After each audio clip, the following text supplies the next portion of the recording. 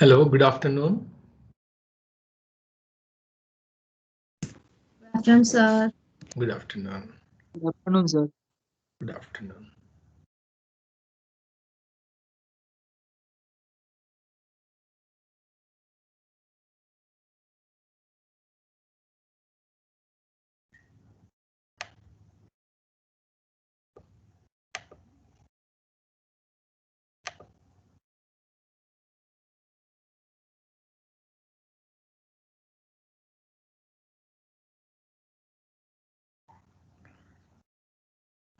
So your exams have been postponed and currently we are not sure when this will happen. So what I thought was I'll just start with unit 2 here.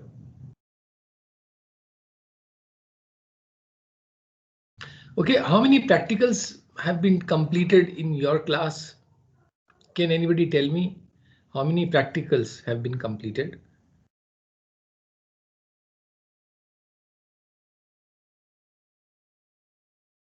Anyone?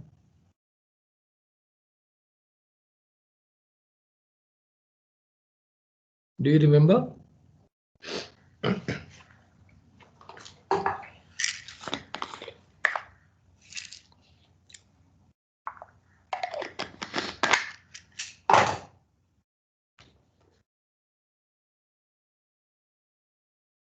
Anyone?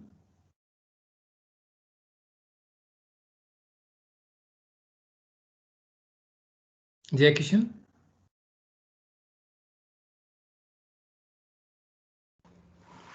So sorry, but I have been sick since fortnight, so I'm not currently in a great shape.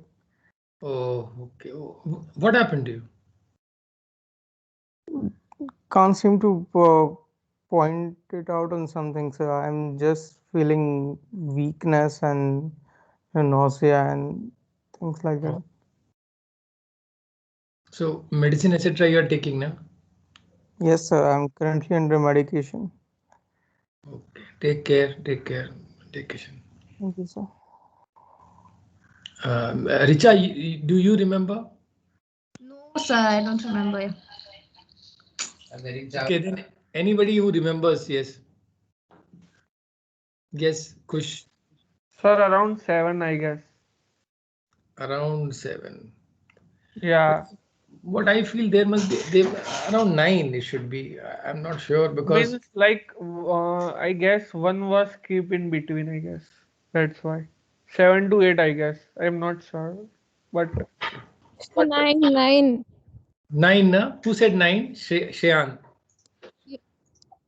Okay, so 9 have been done, and I think in GIA we have completed again. I think 11.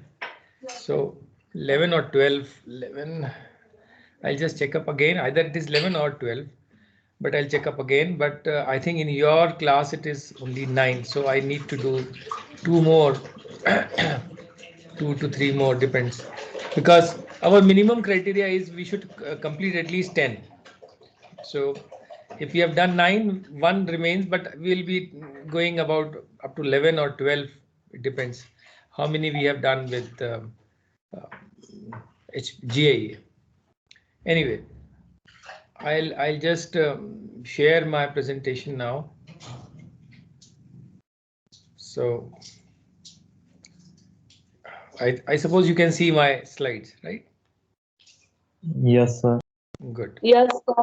Good. So any doubt up till now from semester or from unit 1, if any? No. And no one has given me, from your class, no one has given me the questions which I asked. I told you I supposed to give it by Saturday, if I remember correctly. No one has given me as yet.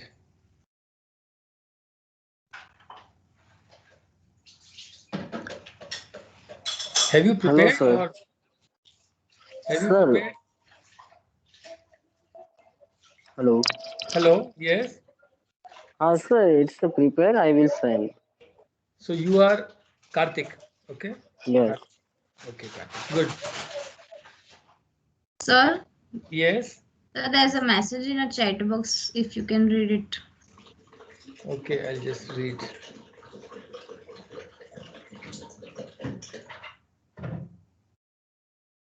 Acha, Devarshi. Now this is Devarshi, right? Out of 15, we have already completed 12. This is what Devarshi is telling me. No, sir. No. No. Okay. Okay. ठीक है. That we'll figure it out later on. Uh, whether it is 9 or whether it is 12.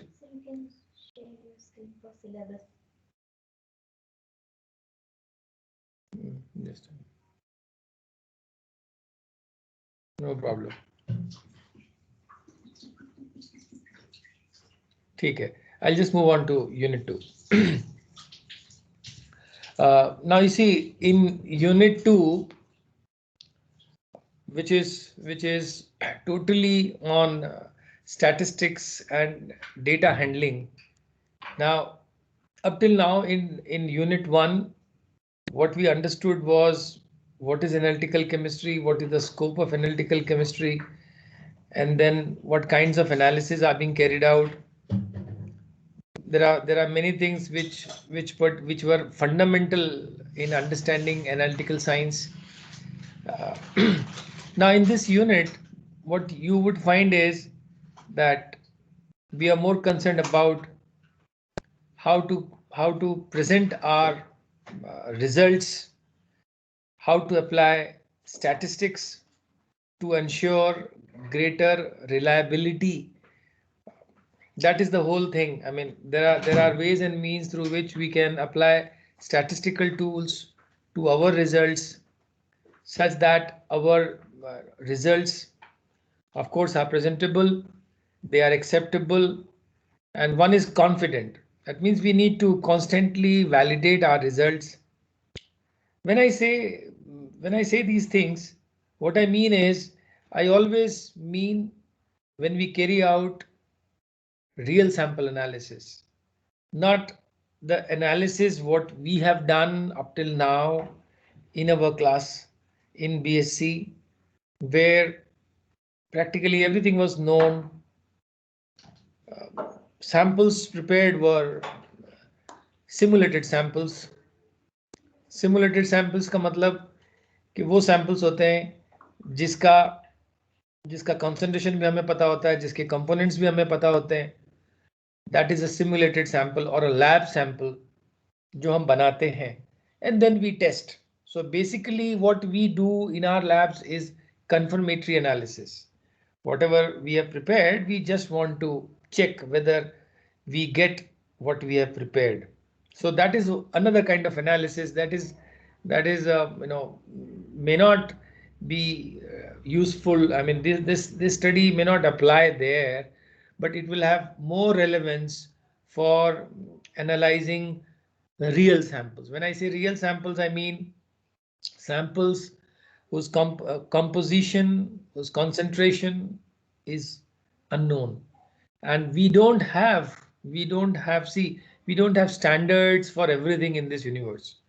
There are so many things for which we do not have our standards, but of course we have certain secondary standards with us in terms of when you standardize something with a primary standard, you have a secondary standard, so you can work with those secondary standards and then come out with something which is more reliable. And so we are our main focus is on analyzing real samples and how to ensure their reliability, their acceptability. That is our aim when we study statistical analysis and data handling here. And what all is included in this unit? Measurement of uncertainty. Now this is a very important term, measurement of uncertainty, from which we will come to know the extent to which there is error associated in our measurement. Accuracy and precision you all have studied, but we will be revising that in a different aspect. And types of errors, how they creep in, and what are the causes, their origin, their causes, etc. And then we will gradually move on to a very important concepts or fundamentals of statistical analysis, starting from Gaussian distribution, control charts, confidence limits, limit of test of significance, and then when to reject a result and when to include a result in our analysis. Then, of course, which is something which is very important for quantitative analysis, and that is drawing the straight line equation, least square regression equation, which will be helpful for us in quantitative analysis, calibration curves, correlation coefficient. These are certain terms which we will come through when we read this least square linear regression.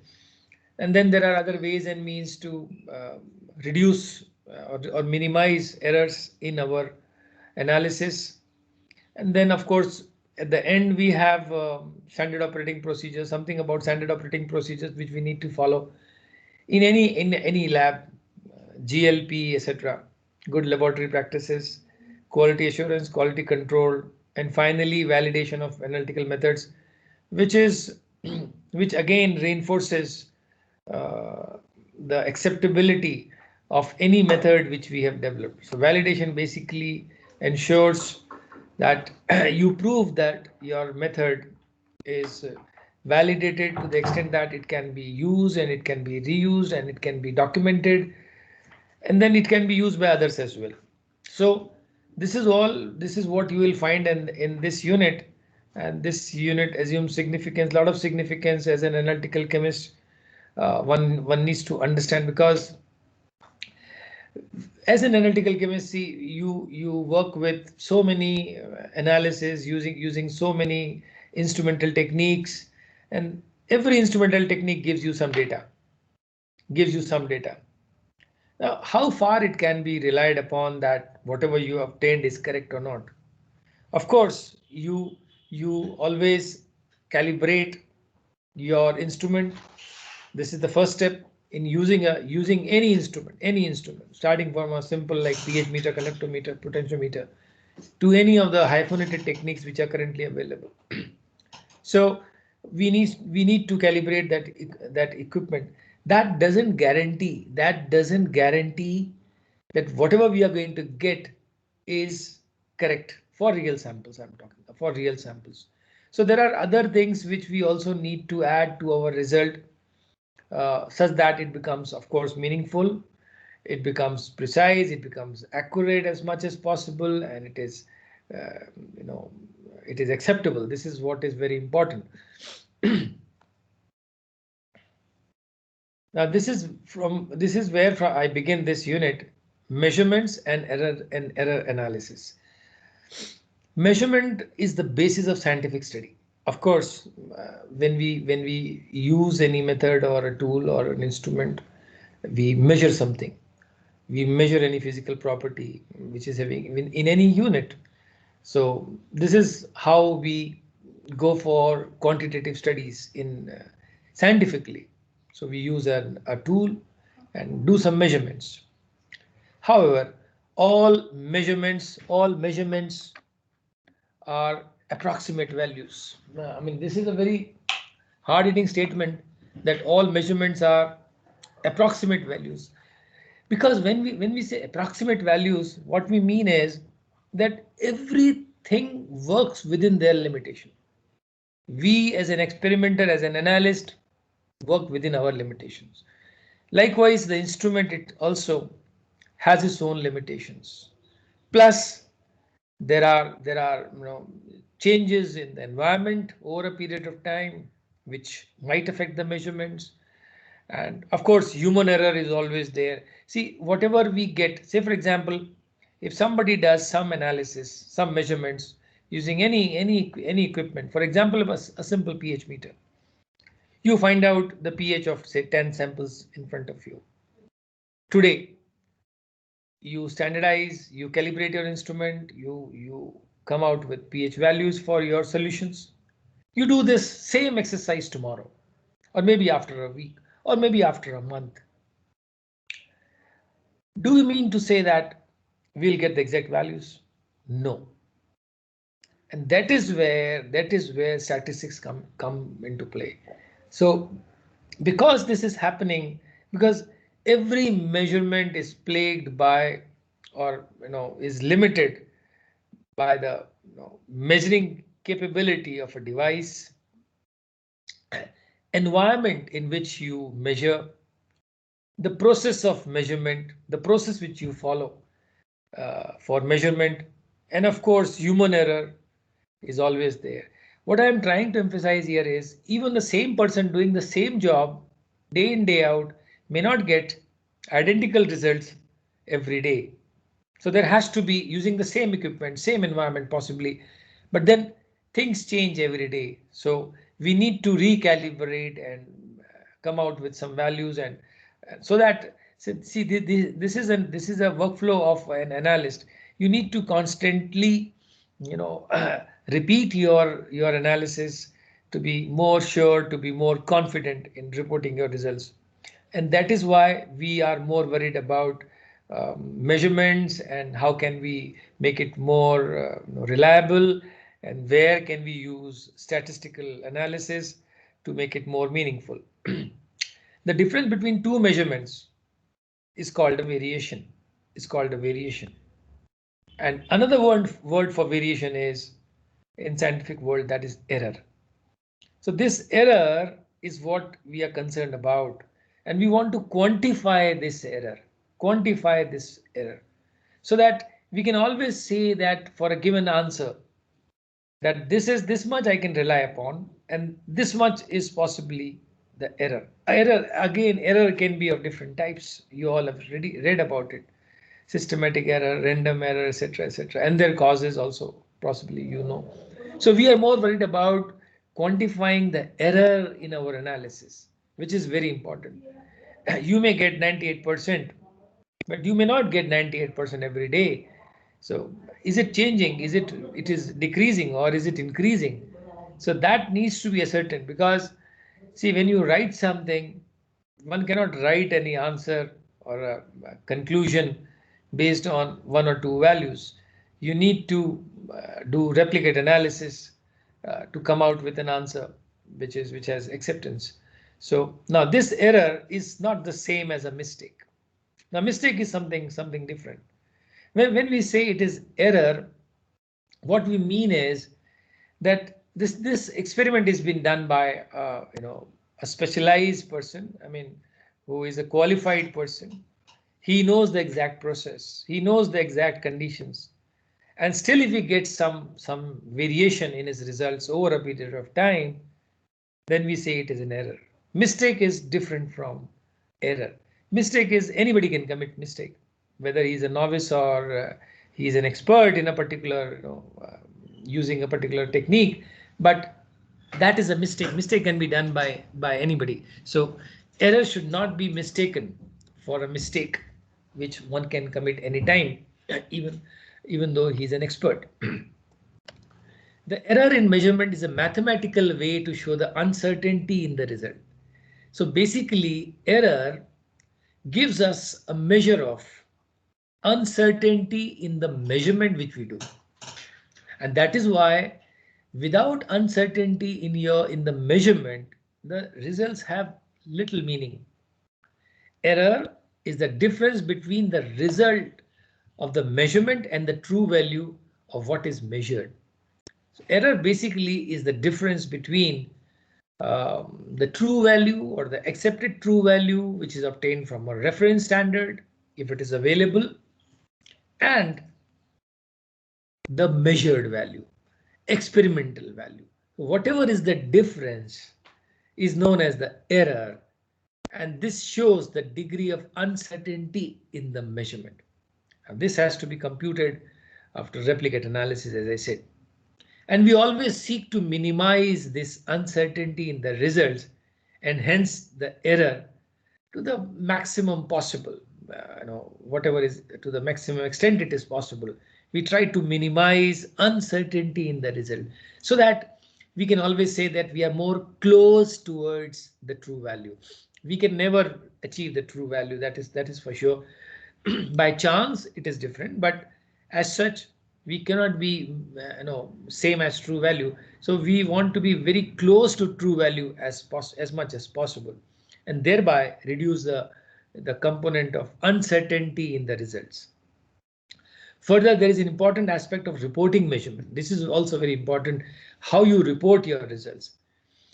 While reporting, the results should be consistent, systematic, and revealing in the context of accuracy and precision. What does this mean? This means that you can come out with an analysis today. Of course, you can show your conclusion of your experiment by replicate analysis, and then you come out with a result.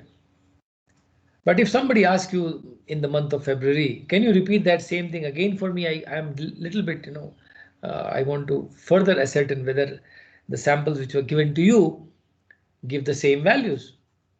So if you get the same thing in the next month, repeating yourself by you yourself repeating the whole experiment, then of course you are being more precise and you are consistent with whatever you have done. At the same time, that measurement should also indicate the extent of accuracy and the extent of precision. Both these things, accuracy and precision, should be evident from the results which you present. So what we understand from this is, when we report any result, it should be reported in such a way that it should be consistent, systematic, and revealing in the context of accuracy and precision. That means they should take along accuracy and precision to show any result. Now this slide basically tells us that how important precision is. How important precision is when you compare it with accuracy. See, for an unknown, for a real sample, since we do not have a standard, for example, we should be, what best we can do? We can be very consistent in our analysis. That means we are being more precise in our analysis. That means we get the same results again and again. We are not worried about whether it is right or wrong, or it is close to, or it is away from the true value. But of course, we can be consistent. That is what is in our hand. So how important precision is when we analyze real sample. Now the thing is the uncertainty of measurement. The process of evaluating the uncertainty associated with a measurement results is often called uncertainty analysis or error analysis. The entire process of evaluating the uncertainty in our measurements is called uncertainty analysis or error analysis. And the way in which you represent your result is something like what you measure is best estimate. That means best estimate based on your number of replicates. It could be a mean or an average, plus minus uncertainty. So it can give you directly, it can represent the best possible result which you obtain under the given circumstances by defining each and everything. And at the same time, it depicts the extent to which the results are uncertain. So this is how you represent your results. Of course, in a suitable unit, it all depends upon which instrument you are using and what you are measuring. The uncertainty estimate associated with a measurement should account for both accuracy and precision. Now, this is what is important here. As I said in the previous slide, when we present or when we give our measurement, when we give our results, what is important is my results should reflect the extent to which my results are accurate. At the same time, they are precise. So that is how we need to write our results. Now, what is the general practice which we have followed up till now is कि हम एक experiment कर लेते हैं, एक बार कर लेते हैं या चलो 2 बार कर लेते हैं और उसका रिजल्ट लिख देते हैं. अब वो रिजल्ट लिख देने से हम बताते हैं इतना % आ गया, या इतना परसेंट या इतना मोलर आ गया या जो भी कुछ रिजल्ट बताते हैं। अब ये रिजल्ट बताने के लिए हमें इतनी इंफॉर्मेशन काफ़ी नहीं है। It is acceptable in your lab currently when you study, but it doesn't have any acceptability. So the best way to represent your result is the best possible result, or the best estimate, or the best value, best result finally you obtain, plus minus the amount of uncertainty, so such that it reflects the accuracy as well as precision of that measurement. So this is very important as far as reporting our results are concerned. Now, accuracy and precision, these two terms are well versed now. I mean, you people are all aware of these two terms, and most of you know it. What are they and how different they are? But what I would like to here mention that given the real samples, precision is something which is in our hand, and that is why I put precision above accuracy. First, we need to be precise, and then we can work towards accuracy. Of course, both are important, but as far as order is concerned, I would first like to say that for real samples, precision would be more important rather than accuracy. And accuracy refers to the closeness of measurement or estimate to the true value. That means how close we are in measuring or giving our results, and that is very close to how close we are to the true value, जिसको हम कहते हैं what is a સાચું value for our experiment. So જેટલા નજીક એની જોડે હોય એટલું આપણે accurate કહેવામાં આવે છે. And but precision has a different meaning altogether. It refers to the degree of agreement for a series of measurements without regards to how accurate results are. But of course, you need to follow a protocol or a method which gives you very consistent results. So degree of agreement between the measurements. Now this is very important. Between the measurements reflects the precision of the method. That means at the same time, they also show how reproducible the method is, how reproducible the measurements are. And even if they are not close to the true value, but it is of more importance when we work with real samples. Measurements that are both precise and accurate are repeatable and very close to true values, which is very apparent, which is very evident here. That measurement that give both precise values as well as accurate, that means they are very close to the true values. And this is what is depicted through these figures. Now, at the same time, I'll just talk a little bit more on precision.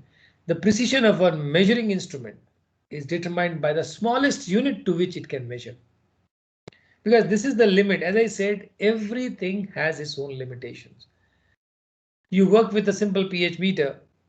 Now, pH meter is supplied by different companies, and each company supplies pH meter of different make and different specifications with different brand names. So you can understand different companies doing that, how many types of pH meter would be available with you. So every instrument has its own limitations. Now, what precision of the measuring instrument is determined by the smallest unit to which it can measure. Now, I'll just take a simple example to explain this. Say for example, there are 3 different pH meters kept in front of you. From one pH meter, you can measure something which can give you the smallest unit is 1 pH unit, which means you can measure either pH 1, 2, 3, 4, 5, 6, etc. You cannot measure in between. So naturally, the precision would deviate more. Precision would deviate more. I mean, the precision will be low in such cases because you can get a change of 1 pH unit.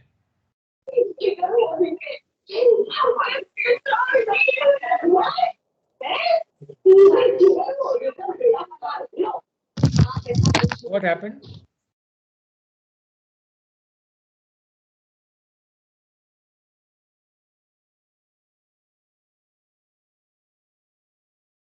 Okay. Okay. Okay. I just took an example of 3 pH meters. Now from the first pH meter, what you can measure is either 1 pH, 2, 3, 4, 5, 6, that way. In the second pH meter, what you can measure is you can measure 1.1, 1.2, 1.3, 1.4, 1.5, 1.6. So that is the lowest precision. That means to the 10th place of the decimal. So this will give you better precision in your final results. And if the third one goes up to the second place after decimal, so you can measure pH up to 1.01, yeah, 1.05, 1.09 or 2.05, something like that. So what you are trying to measure, that means you are trying to have more precise values, and therefore the precision is said to be the same as the smallest fractional or decimal division, smallest decimal division on the scale of the measuring instrument. अब जो भी सबसे छोटी सी छोटी unit होती है, जो scale होती है किसी भी इंस्ट्रूमेंट की, precision is limited with that, and precision, and it is associated with random errors. See, random errors का इसका मतलब है रैंडम मतलब जो चीज कभी भी हो सकती है, उसका कोई चीज सर्टेन नहीं होती, उसकी कोई चीज सर्टेन नहीं होती, ठीक है. और बट रैंडम एरर्स को can be controlled, can be minimized by replicate analysis. That means if you have more number of samples, if you analyze more number of samples, the chances are that you can cut down on random errors which are associated in your measurements. So basically, precision has much more value when you analyze real samples, and therefore it is always suggested that when we report something, it should be reported to the minutest of detail with which you have measured in terms of the environmental conditions, in terms of the instrument itself, in terms of the limitations of the instrument, so on and so forth. So precision has a greater impact on our results rather than the accuracy. Of course, accuracy is important, but it comes later on. This is a simple example which will illustrate that what I just wanted to convey through precision. Precision is often reported quantitatively, because I have been talking. Now, can we see some values here? Precision is often reported quantitatively by using relative or fractional uncertainty. That is how we represent precision, which is again a measure of uncertainty. Now, relative uncertainty is given as uncertainty. That means we are not certain, but we know quantitatively to what extent it is uncertain. So if you know that, divided by the measured quantity, that means what we have found actually. Say, for example, for a mass which is 75.5 grams, which we have measured. So this is the measured quantity, 75.5 grams, which you have weighed through your balance. And what you come to know is that it has an uncertainty of 0.5 grams. That means it can vary plus or minus 0.5 grams. So it can be either 76 or it can be 75 at the extremes. And we have written an average value which is 75.5.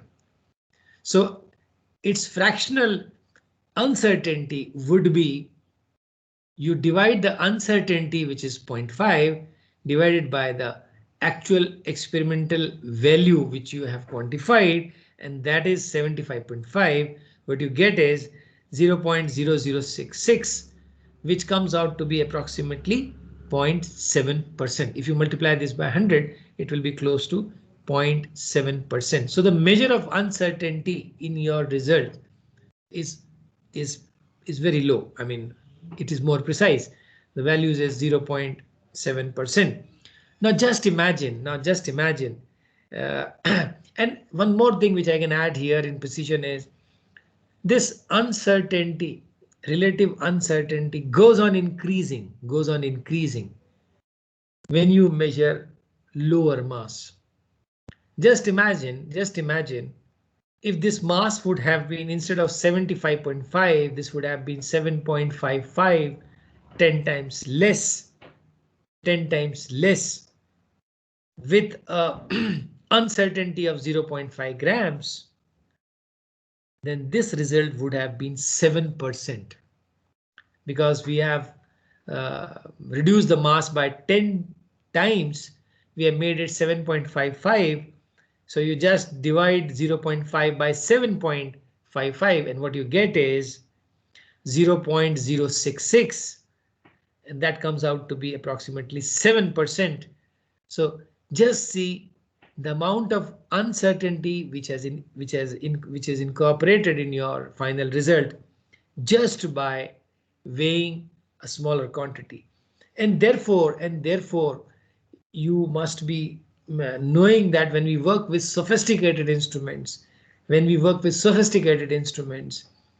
major problem is not of accuracy, the major problem is of precision, because in those instruments we do not inject samples in gram quantities or even milligram quantities. What we inject is microgram quantities or nanogram quantities, and there we'll find a big change. The relative uncertainty would be much higher in terms of percentage. It can be 5%, 10%, 20%. And that is why we say that when we work with highly sophisticated instruments, the precision is very low. Whereas when we work with a simple technique like gravimetry, for example, or titrimetry, for example, where we work with milligram quantities, the precision value is better as compared to working with your sophisticated instruments. While at the same time, when we look at accuracy, of course, accuracy would be better for sophisticated instruments rather than our conventional non-instrumental approaches like gravimetry or titrimetry. So this is a very important aspect of understanding what is precision, what is accuracy, how important it is in representing our results, and how they vary, how they change, and what is the extent to which this uncertainty would depend upon. It depends upon the amount as well. Now, this is again a very important point which I want to highlight here. For a beginner, what would be the greatest possible error in your measurement? So these are certain guiding principles which help us in knowing what is the greatest possible error in any measurement. See, as it is written, because no measurement is exact. No measurement is exact. Measurements are always made to the nearest something, whether it is stated or not. So that means what it tries to convey is we don't know the real value, but measurements are done through standardized procedures, through calibrated instruments, such that the error is minimum. The greatest possible error when measuring is considered to be 1/2 of that measuring unit. Now, this is a very important point here. The greatest possible error in any measurement is considered to be 1/2 of that measuring unit. Now, I have an example to explain this point. For example, if we measure a length which is about 3.4 centimeters, obviously one can see or judge through this value that it is accurate up to 1 decimal. After 1 decimal. So it could be, the length could be 3.5 or 3.4 or 3.3 or something like this. But we get an average value of 3.4. Now, the smallest unit which you can measure, which will ultimately define the precision, is 0.1. So the smallest unit change which you can measure is 0.1 centimeter. Since the measurement weighs to the nearest tenth, the greatest possible error will be half of 1/10. That is, if you divide 0.1 by 2, what you get is 0.05. So 0.05 is the limit to which this can, this final result will fall, likely to fall. So it can be, the error could be, when you are writing your result, could be 3.40 to 3.45 or 3.35. So you have a range within which this result of 3.4 lies, because the greatest possible error here is 0.05. And similarly, if you see the other thing, other example here, if a measurement made with a metric ruler is 5.6 centimeter, which has a precision, obviously, which has a precision of 0.1, because you have one place after decimal, then the tolerance interval in this measurement, that means the tolerance limit for our results would be 5.55 to 5.65. So this is the range. I mean, this is how one needs to represent our results. That my result, which I am showing it to be 5.6, could be between 5.55 and 5.65. So now it gives authenticity to what we have done actually experimentally. Any measurements within this range are tolerated or perceived as correct. That means उसको हम समझ लेते हैं कि वो इसके बीच में अगर कोई मेजरमेंट आता है तो वो करेक्ट है. अब हमने ये तो कर लिया. अब अगर अब हमारे पास कोई स्टूडेंट्स आते हैं एक्सपेरिमेंट करके और वो बताते हैं कि मेरा रिजल्ट आया 5.57, तो हम कहेंगे करेक्ट. फिर कोई लेके आता है 5.59, हम उसको भी कहेंगे करेक्ट. कोई आता है 5.60, हम उसे भी कहेंगे करेक्ट. फिर कहेगा 5.61, that is also correct. 5.64, that is also correct. अब वो कहेगा 5.67, now this is not correct. So you have so many results which are correct. So many results which are correct because they fall within the tolerance interval for your accuracy. So this is the greatest possible error which one needs to consider when we do any measurement. Have you followed ये समझ रहे हो? मैं कुछ बोले जा रहा हूं तो आपको कुछ समझ में आ रहा है? Yes, sir. Okay. ठीक है. If you are following then it is good. I hope Jai Kishan you are feeling well, or you feeling better. Hopefully. Devarshi, everything is okay? Yes, sir. Yes. Devarshi, anything which you want to add or ask for the benefit of the others? Devarshi is there. I don't know. Okay, Richa.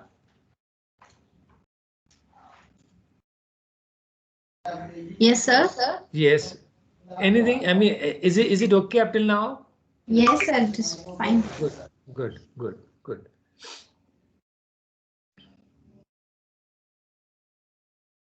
Now, when you talk so much about error, there are ways and means to represent your error in your result, and there are two ways.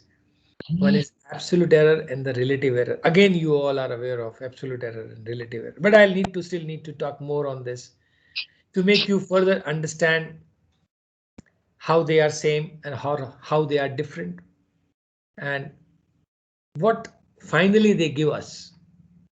What do we infer from a relative error, and what we should infer from an absolute error, and where they stand in statistical analysis or when we report our results.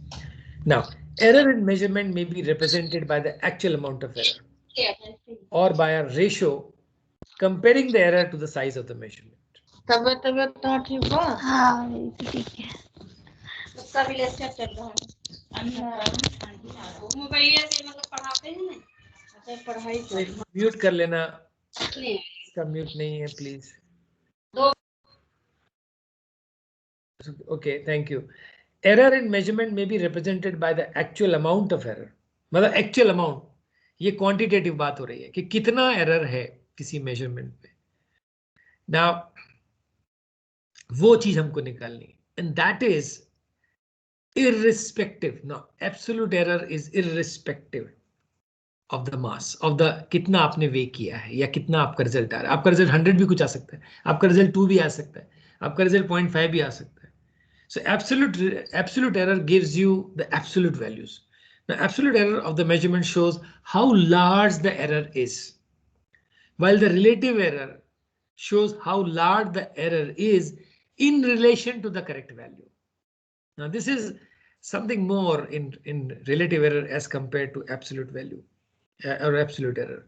It gives some comparison. It gives some comparison to the correct value, that how much we are wrong with respect to the correct value, whereas absolute error is irrespective of that. It just gives you the difference. It just gives you the difference. Absolute errors do not always give an indication of how important the error may be. If we want to know the importance of an error, you cannot find out through absolute errors. You need to go to relative error. An example, a simple example is, if one is measuring a football field, you know how big a football field is, and the absolute error in measuring the field size is 1 centimeter. That means this much is the error which you have found, absolute error. The error is virtually irrelevant.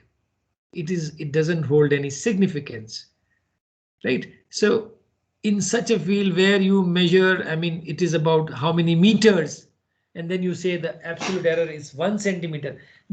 What you find is this is almost negligible. This is what you can always claim, and to more often than not this is correct.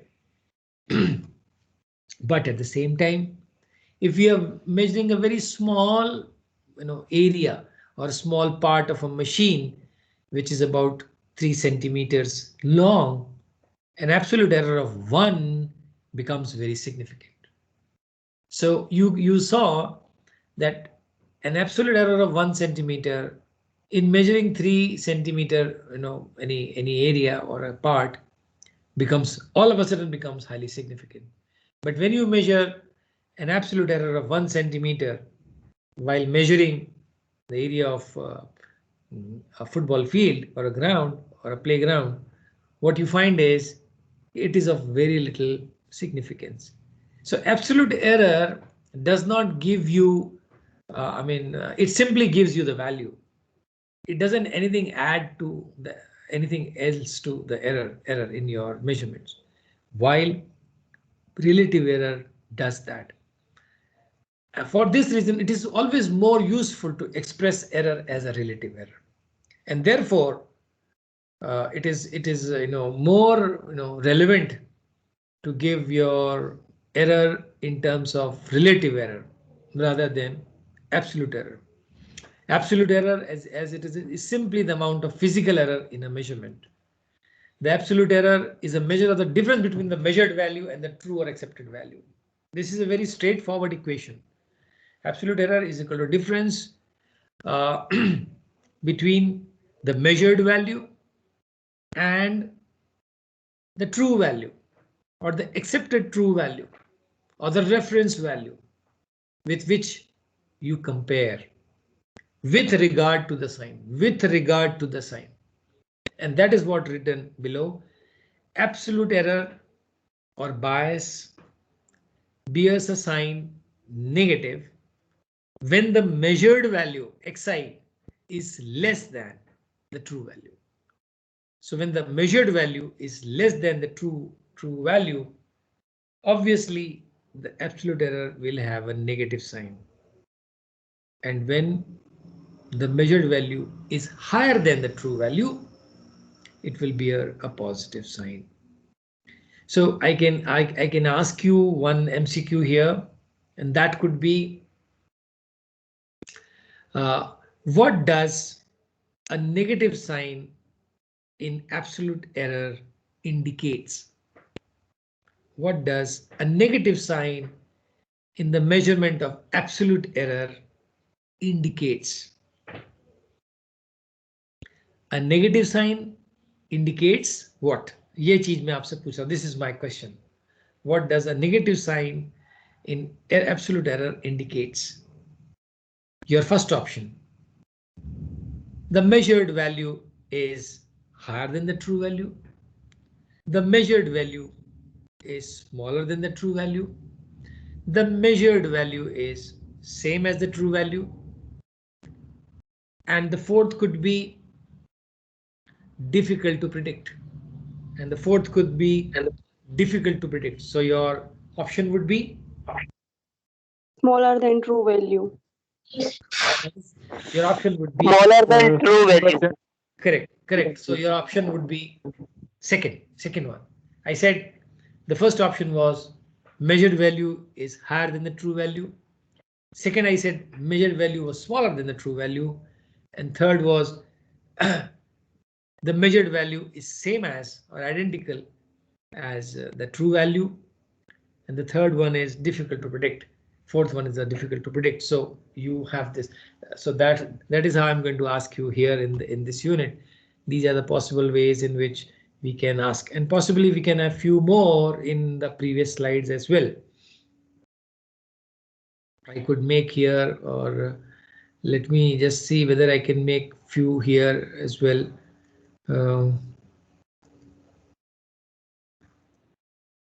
Okay, I can ask you one more thing. What is the greatest possible error for any measurement? What is the greatest possible error in any measurement? First one,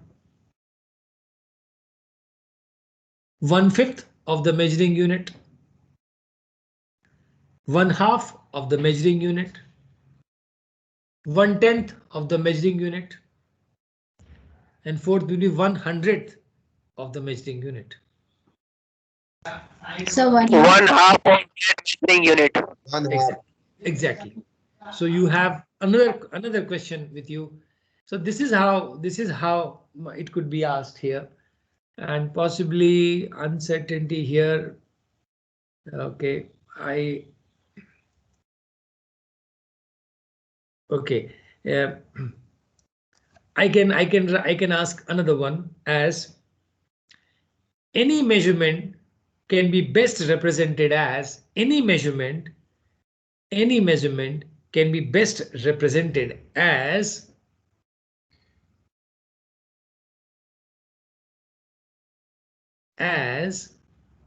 uncertainty plus minus best estimate. Then I can write best estimate plus minus uncertainty,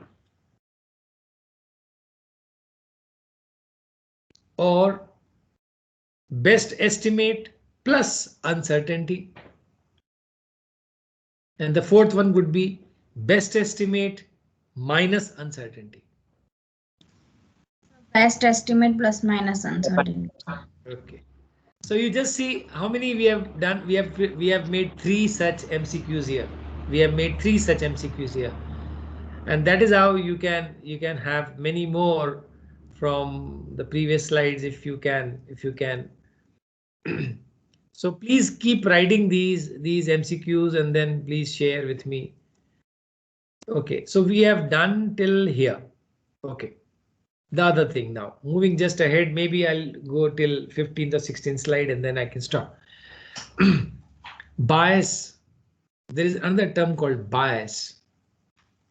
Bias refers to the tendency of measures to systematically shift in one direction from the true value.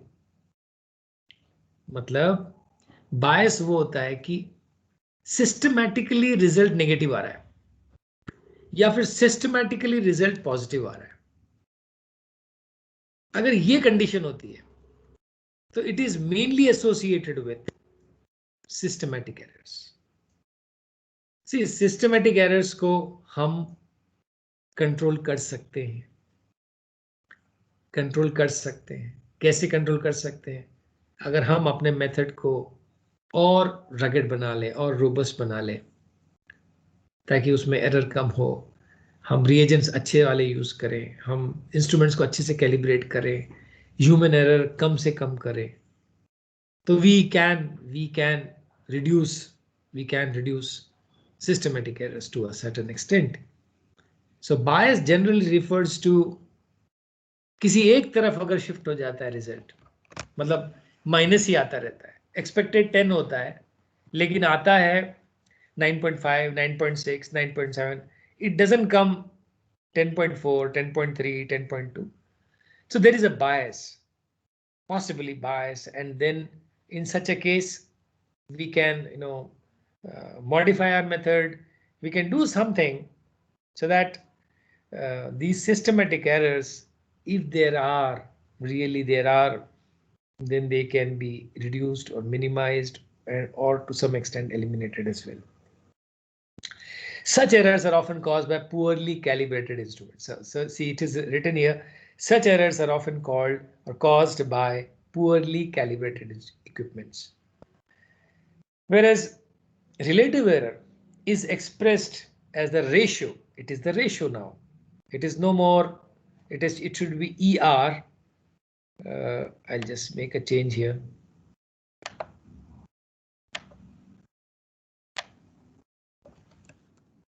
ER is equal to xi minus xt divided by xt. So this is a relative kind of expression. So relative error is the ratio of measured value to the true value, and it is expressed as xi minus xt upon xt into 100. You can, that is optional, but you can always multiply by 100 to get the percentage. But otherwise, it is xi minus xt divided by xt. So this is how you represent your relative error. Now there is a simple thing which you can always understand. There is a small numerical with which you can understand what I was just trying to convey, and that is relative error. Accuracy is often reported quantitatively by using relative error rather than absolute error. We know now what is the limitation of an absolute error, and relative error is given as measured value minus expected value divided by expected value. So for example, if you are given 80 grams of something and you want to measure it, you want to verify it, and what you get is 75.5. So this becomes your measured value or experimental value, and then the expected is 80. So if you subtract 75.5 minus 80 and divided by expected value, that is again 80. So what you get is 0.056. If you multiply by 100, what you get is 5.6. So 5%, 5.6% is the relative uncertainty. In your measurements. Now this is very important. If you go to see absolute difference, then it will be 4.5. If you just go to see the absolute difference or absolute error, it would be 75.5 minus 80.0, and that is 4.5. So that is your absolute error. But when you look at the relative error, what it is 5.6%. It is 5.6%. Okay, now this is something types of errors. Possibly I'll do that. It is almost 5. So up till now, if you have any query, anything which you want me to discuss again, आप बता सकते हैं. Anyone. I'm not naming anyone, but you can always ask me. Feel free to ask me today.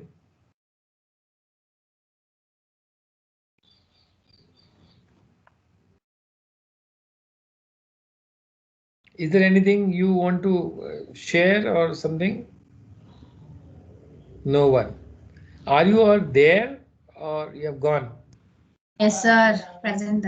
Yes, sir. अच्छा ठीक है okay Yes, agreed sir. Yeah. agreed you all are present. Thank you. Now I'm just asking you, you have anything you want to ask me? Repeatedly every lecture I'm asking you this, the same thing, and I'll be very happy to answer a couple of questions if you have.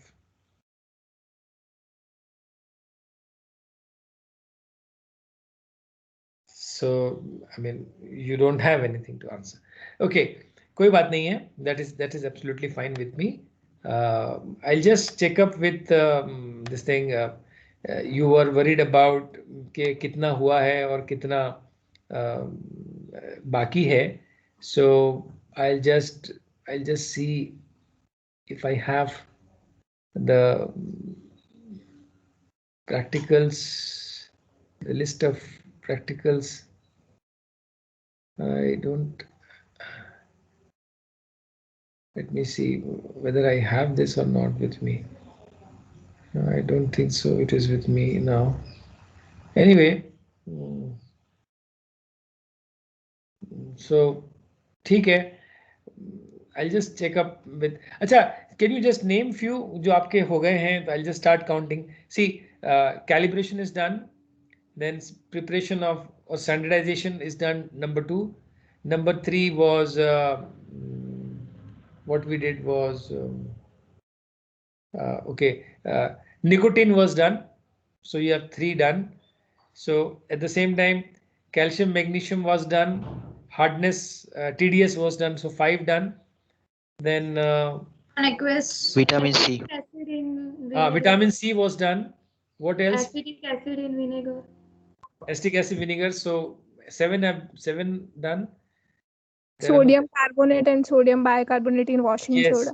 very good. So 8 I think 8 we have done, and one more.